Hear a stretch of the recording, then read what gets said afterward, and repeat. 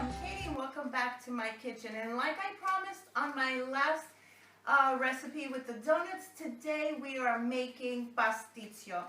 This is a Greek version of pasta al forno. So what do you say? Let's start painting. Okay, before I show you the ingredients that we're going to need for this recipe, let me just give you a few tips on a good olive oil.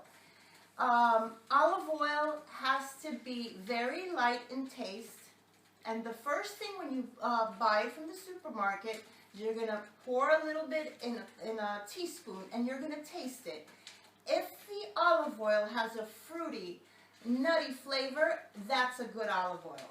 If it burns you while you're swallowing it, well, it's not that good. That means that it's not that good. What I mean is that it might have the oil from the pits also. And sometimes you should always buy a name brand. This way you know that nobody's fixing your olive oil and putting in half olive oil and half of vegetable oil. Okay, so always taste your olive oil first once you buy it, and it should have a fruity, nutty flavor. Okay, that's the tip for the day. Let's see the ingredients so we can start making our recipe. Okay. In my pot here, I have roux. The roux, if you want the recipe for the roux, because we're not going to make it on this episode because we have already made it. You're going to go back and you're going to see my recipe for mousaka, okay, for the roux recipe.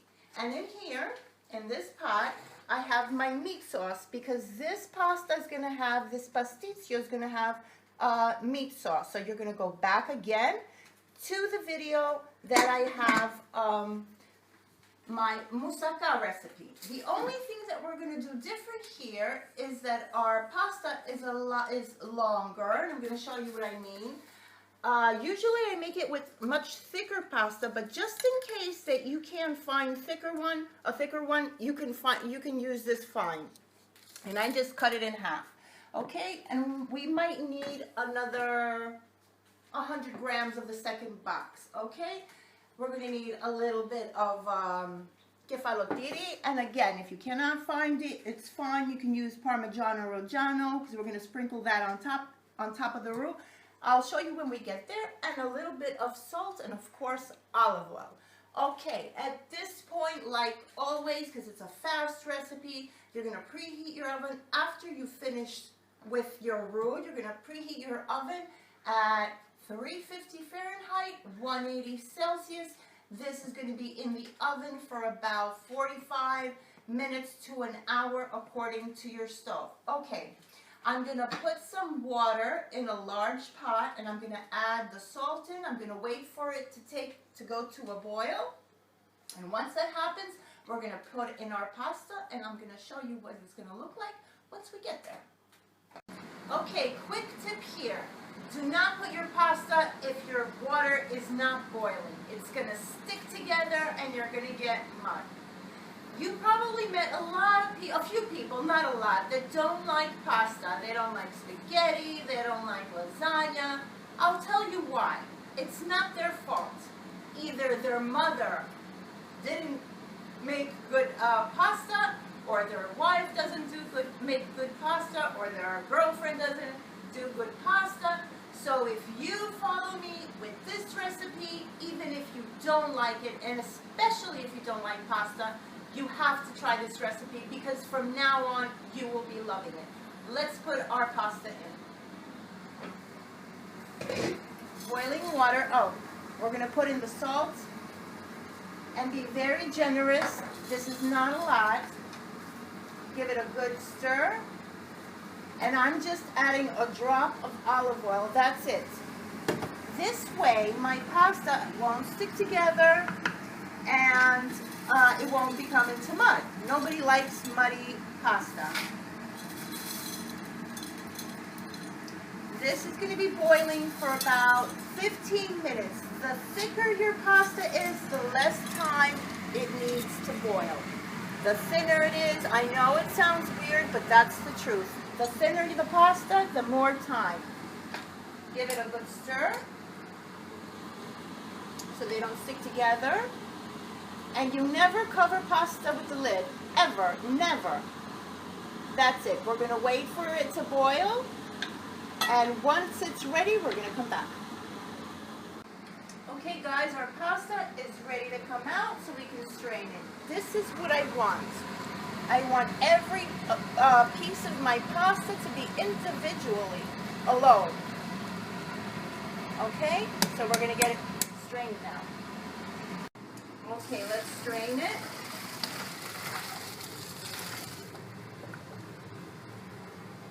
That's it. Never rinse your pasta, ever. You're going to get mud.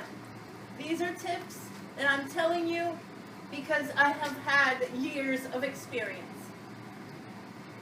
Okay, at this point we're going to put a little bit of olive oil. We don't need a lot because, well, our meat sauce has olive oil and it's going to be just fine. From the bottom up, like I always say, give it a toss. That's the only thing you're going to be doing when you want to play around with your spaghetti or your pasta. Okay. This is a serving for 6 people. If you really like pasta, it's for 3 people, okay? Let's line our pasta into our pan. You don't have to butter it, you don't have to oil it because it already has oil. Let's put it in. This is what I'm doing. You don't have to do it like this. It just looks a lot prettier when you cut it. You'll understand when the recipe is over. I want 1 layer in the entire pan. Okay, we've lined it. We lined our pan. See these swirls? That's what we want, okay? Just don't take your spaghetti or your pasta and just throw it in. It's not going to look nice when you're going to be cutting it. And at this point, we're putting in our meat sauce.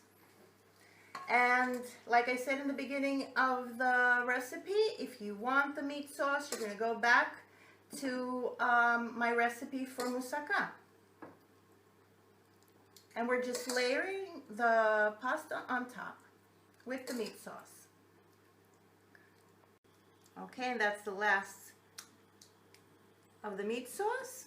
And I'm just going to spread it around like this. It's almost like the mousaka, but there's no potatoes. It's the same procedure. There's no potatoes, there are no eggplants in here, just the meat sauce and the pasta. And the roux, of course, the roux. Okay. And we're repeating the process, okay? Again, our layer of pasta.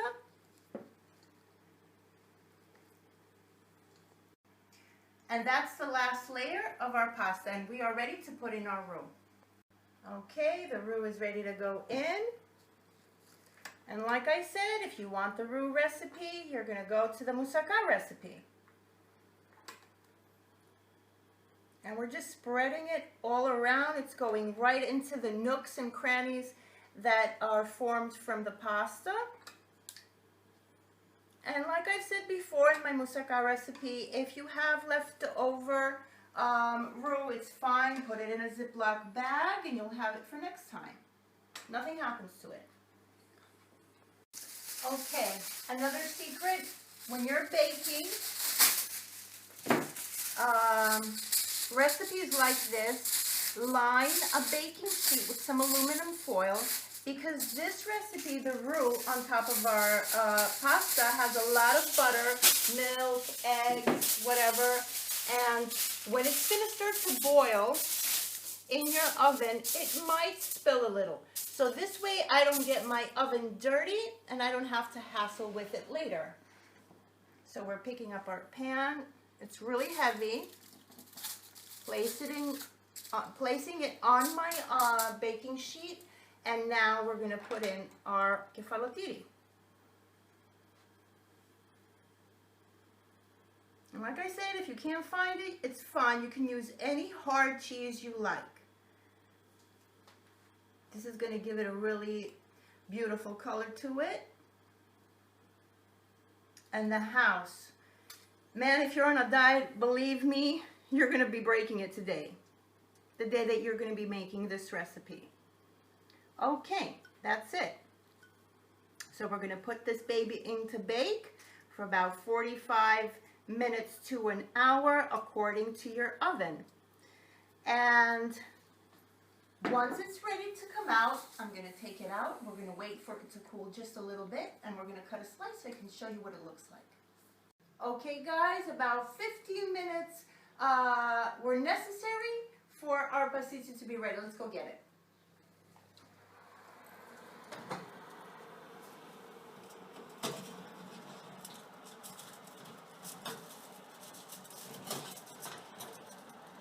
There it is. It's really heavy and it's really hot. That's what we're looking for.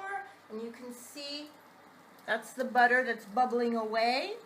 And at this point, unfortunately, I can't cut a piece. So we're going to wait for this baby to cool so we can cut a really nice slice because the cameraman is really, really hungry. So we're going to wait a little bit more. Okay, it's cooled enough. Come and see. With a sharp knife, I'm just releasing it from the rim, like that. And like I said, it's going to give you a serving for 6 people.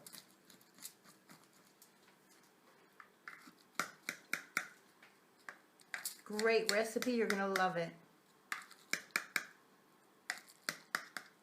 Okay, in Greece we always say that the first piece is for the hostess, and that's because the first piece never comes out perfectly, but it's still really hot. It might fall apart, but we'll see. Okay, let me get my glove, and let's try to get it out.